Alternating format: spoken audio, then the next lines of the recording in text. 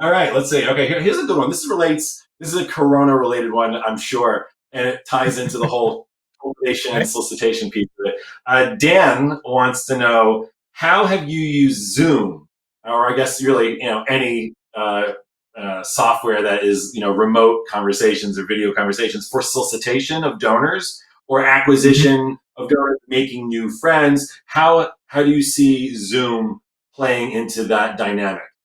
Doesn't have to be for major gifts. He's saying not specifically for major, virtual events. I don't mean Zoom or doing something for virtual events per se, but just on a one-on-one basis to engage using something like a Zoom or I don't think anyone uses Skype anymore. But something like a Zoom or Microsoft Teams or something that puts you like that. Do you have any thoughts on Yeah. that? I do. So I've found that today potential donors or donors are much more likely to take a meeting over Zoom. In fact, some prefer it even to a phone call. Which is good, and it's sort of I think a sort of a recognition of an old school mentality of having face to face meetings. That once those started to go away during COVID, people missed the opportunity to connect more deeply. It's interesting. We thought we were just moving forward in this society like it was a linear path, and like we're never. What's going to happen to old school, handwritten letters and all this stuff? And we're starting to see people come back, and I think Zoom is an outgrowth of that. And so I've used Zoom in a number of different ways to have initial calls, and I use it and I say to them, I'd like to have a Zoom because it allows me to share my screen so that I can really show you some unique things. And I couldn't do this before, right? I really couldn't do this over the phone. And it was tough in person for me to bring, this paper. It was distracting. But Zoom allows me to just pop something up on the screen, and I think makes us more productive. And people have appreciated that opportunity. I've also seen a former colleague of mine who's particularly apt at major gift fundraising.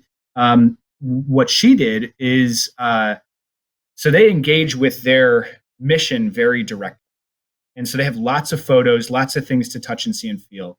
And so what she does is she takes her Zoom background and loads in that potential, that Zoom background screen where you have that little thing where you can load up all your photos. She actually Right. loads up all the photos she needs there. And while she's talking, she takes them on a tour and changes her background so that she can say, so here we're doing this, and then we move to this phase, and this is what it looks like. And you'll see this and this in the photo, you know? And I thought that was really, really cool, a really unique way to use it. So that's personally That how I'm using it. Yeah. I would absolutely say the thing I love the most about these Zoom meetings, I don't like sitting in the same place pretty much all day. So I would love to be able to go to someone's office. That would be wonderful. But under the circumstances, the best thing is, without a question, the ability to showcase your mission.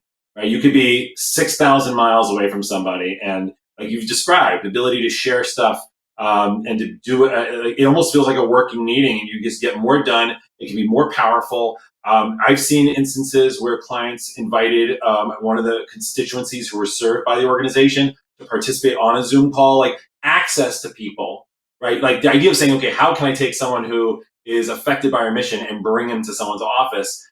That that could be a challenge, right? That's a logistical problem. When you say, look, I have someone I'd love you to meet and get on a call and invite them to participate on the call, I think it's socially acceptable. It's something that's powerful. They get to meet somebody that's directly affected. And therefore, it's not just like you talking the entire time. It's you able to have someone there who is either the maven and expert in whatever the subject matter is, or someone who's affected by the Mm-hmm. mission. It's just you're able to put your mission first. And that's one of the Sure. wonderful things that I'm seeing with these Zoom things. So hopefully that answered the question of Dan who asked that. I think it's a very good question. It's just a matter of thinking Yeah. creatively about how you're going to showcase your mission from wherever you are. And I think there's a lot of opportunity there.